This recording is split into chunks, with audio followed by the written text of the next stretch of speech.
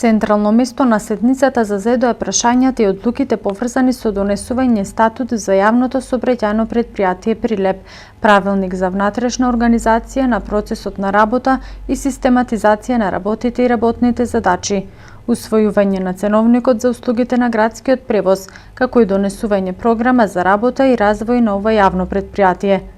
Овие точки со 26 гласови за и ниту еден против беа едногласно прифатени од сите советници, бидејќи е констатирано дека и тоа како е потребен градски превоз и предпријатие кое ќе го регулира градскиот превоз во Прилеп, како клучен за подобро урбано живење во градот.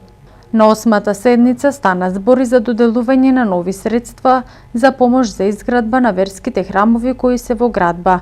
Црквите Света Петка, Наум Охридски чудотворец и Свети Константин и Елена и џамијата во урбаната заедница Тризла 2 Прилеп. Опозицијата гласаше за доделување на средства од буџетот за ова намена, но побара финансиски извештај од претседателот на Советот за тоа колку средства досега се доделени за црквата Света Петка и за што тие биле искористени. На седницата беше потенцирано дека потребни се нови дополнителни 1.600.000 денари средства за помош за изградба на храмот Света Петка во Точила, со цел храмот да дојде до фазата на карабина, кој би опфатиле изградба на таванска дрвена конструкција и поставување на керамиди. Инаку досега за овој најголем црковен храм во изградба во Прилеп од буџетските средства, во согласно со советниците и Советот на општина Прилеп, одвоени се 2 милиони денари. Едниот дел од средствата се одобрени во 2011 година, а другите за армирање и бетонирање на храмот се одобрени во 2012 година. Инаку, 8-та редовна седница на Советот на општинава опфати обемен дневен ред со над 70 точки.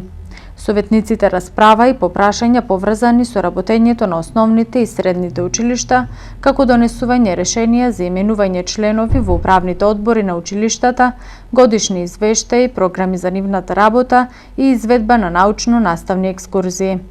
Советниците покрај тоа расправа и по неколку точки од урбанистичката сфера поврзани со предлог измени на 2 детални урбанистички планови и измени во сообраќајната инфраструктура во врска со постапување со процесот на легализација.